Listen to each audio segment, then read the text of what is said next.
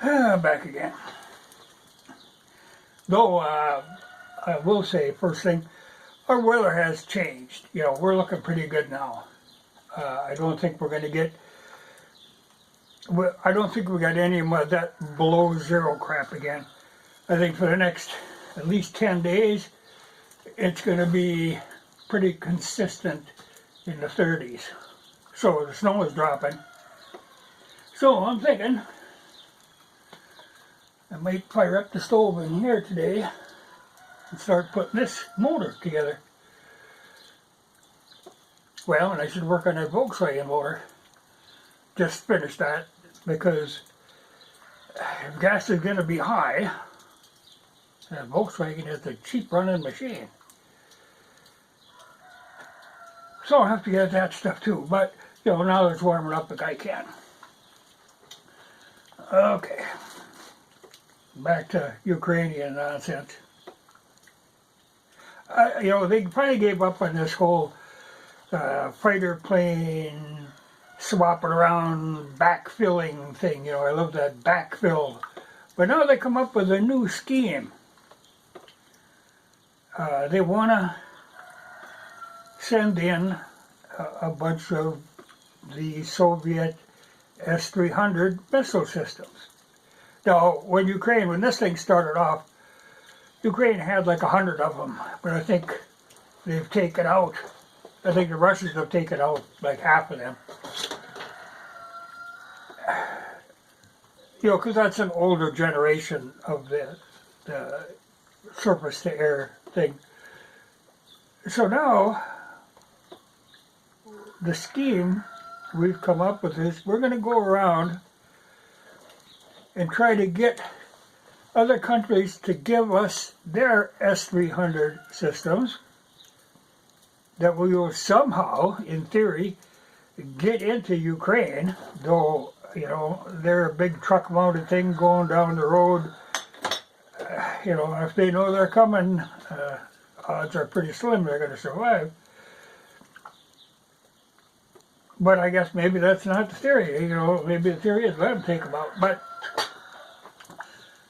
the idea is these countries are supposed to donate their missile systems, and we will backfill, again with the backfill. But the NATO countries that have them are Greece, Bulgaria, and Slovakia.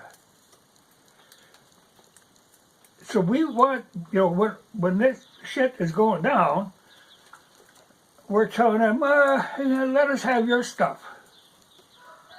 And we'll give you, in return, they will backfill with these expensive, hard to maintain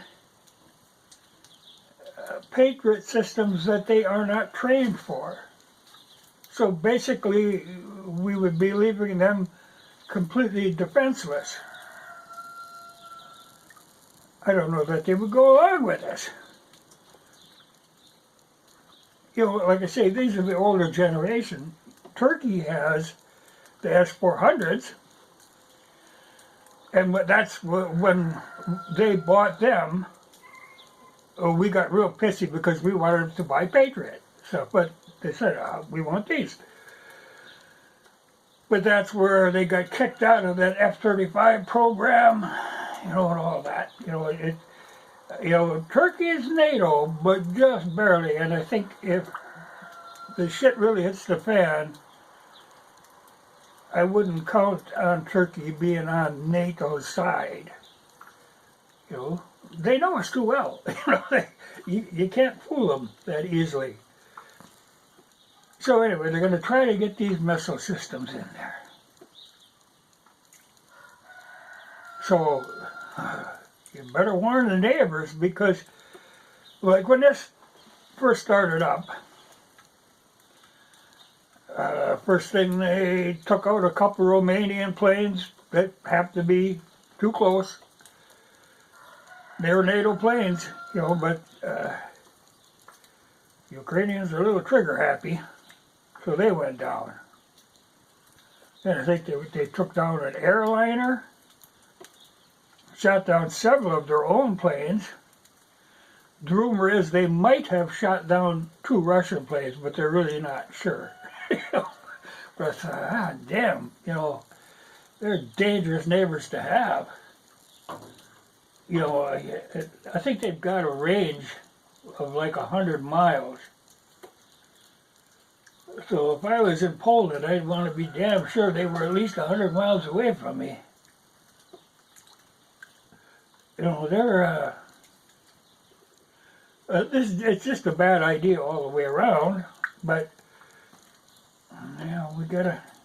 I guess it's a good way to sell the Patriot missile system, because that's the idea. If you give your S-300s up, you get the Patriot missile system. Though, like I said, a lot of these people don't really want them. They're kind of happy with their Soviet ones.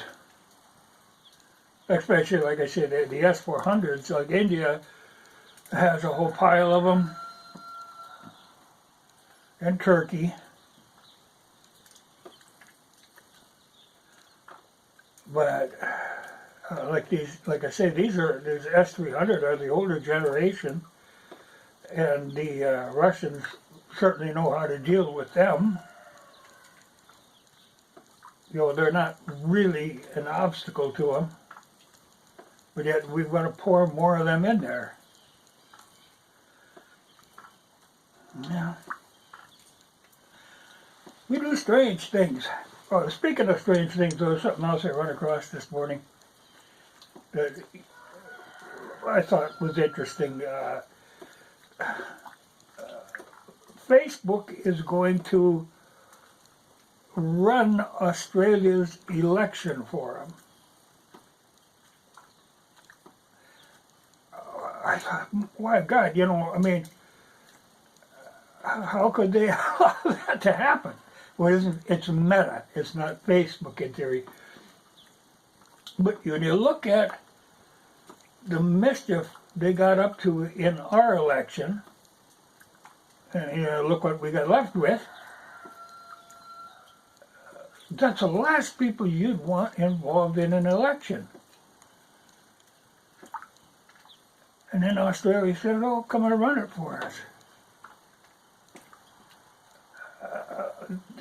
Australia's gone some strange directions here lately. I mean, starting with this pandemic thing, well, even back when they had to give up all their guns and all that stuff. And I could have swore, there was a time where they wouldn't allow any nuclear-powered ships to even come into port in Australia. And now they're all wild about nuclear stuff. This to them is the next thing. I don't know. I can't figure them people out. I heard something too one day. Somebody was claiming, like all these Ukrainians now, they're handing out all these guns to them, and they were comparing that to here and saying, that way that Ukrainians can defend themselves from invading forces. And they said, that's what our Second Amendment here is for. I don't believe so. I think it's really to be able to fight back against your own government.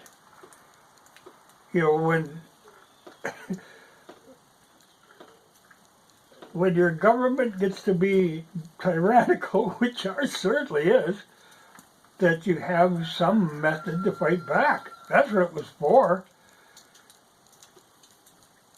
It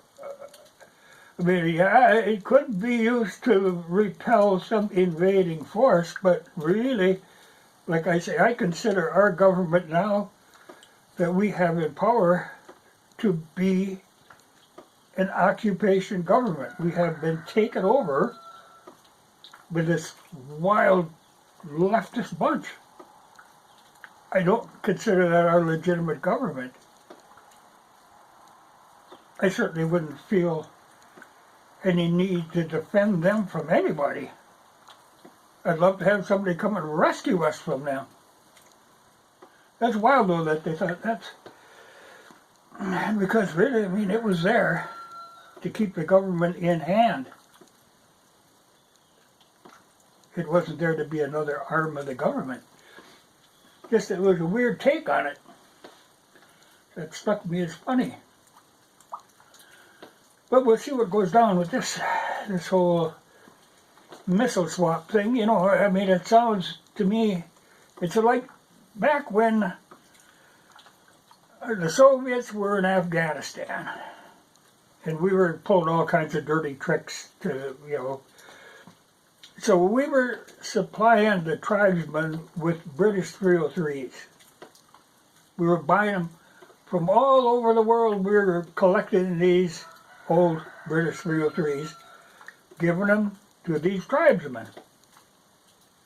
That way, in theory, we were out of the loop. They couldn't be traced back to us. Well, you know, it doesn't really work that way. Everybody knows that. But then it got to the point where we actually had to set up a manufacturing plant for ammunition in, I think, Pakistan, because we couldn't get enough 303 on the open market, so we had to start making new 303.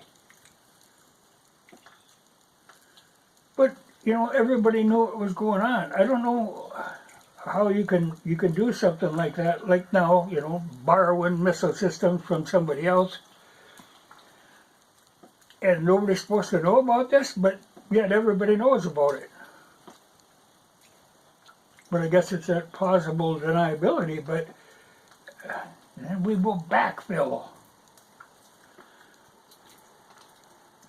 You know, because that fighter plane thing, the truth was, you know, Poland really just didn't want to give them up, despite all this backfill nonsense. You know, they were quite happy with them, and they didn't want to get in the crosshairs. Now, all these NATO countries that are supposed to give up their S-300 missile systems, so they are defenseless, and you're provoking a war that could easily get out of hand. A bad idea. I don't know why any country in their right mind would do that, but I'm sure we're going to put a lot of pressure on them. But they talk foolishness, you know, like they were talking, I think this was Zelensky's idea, but we got people saying, oh yeah, this is a good idea. We're going to, in theory, blockade Russia from international waters, that they couldn't trade in international waters. We're going to be pirating again. Well, that ain't going to fly. Like, I mean, that is actually a declaration of war. And I thought we were trying to avoid that. And then you talk about, you know, what are you going to stop Russian ships on the high seas? You know, I don't know. They're going to have to start running stuff in convoys and stuff. These people are just nuts. You know, it's funny because people all over the world could get along really very well. If it wasn't for these governments, we got these horrible people in charge of things. Just, it's bizarre. You know, I swear, normal people could get along just fine. But governments can't get along. But I look at ours and I don't see any hope there. You know, because this is Democrats and Republicans. There's so few of them in there that got any brains at all.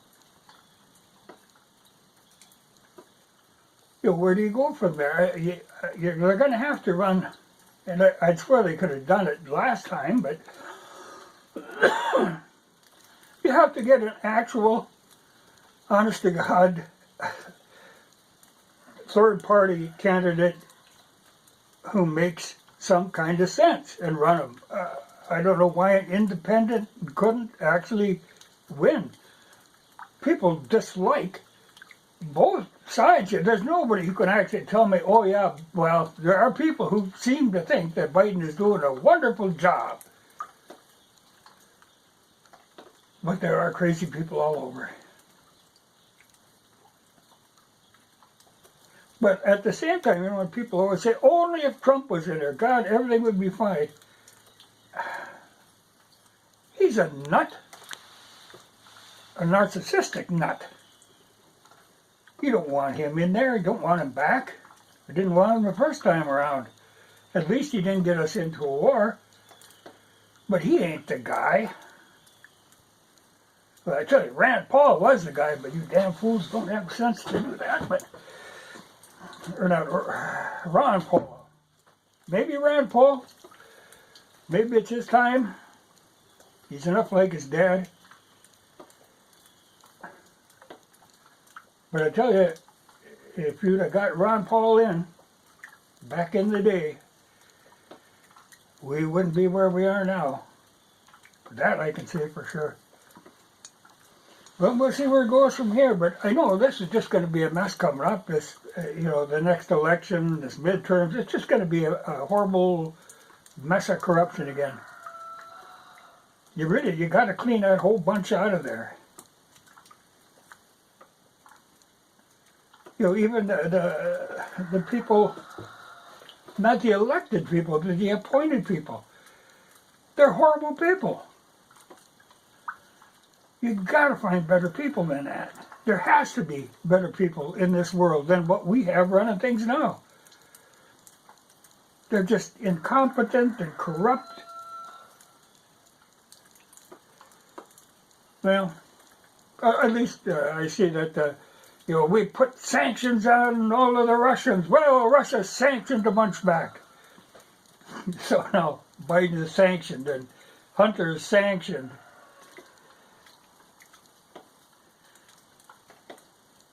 Sanctions don't mean crap.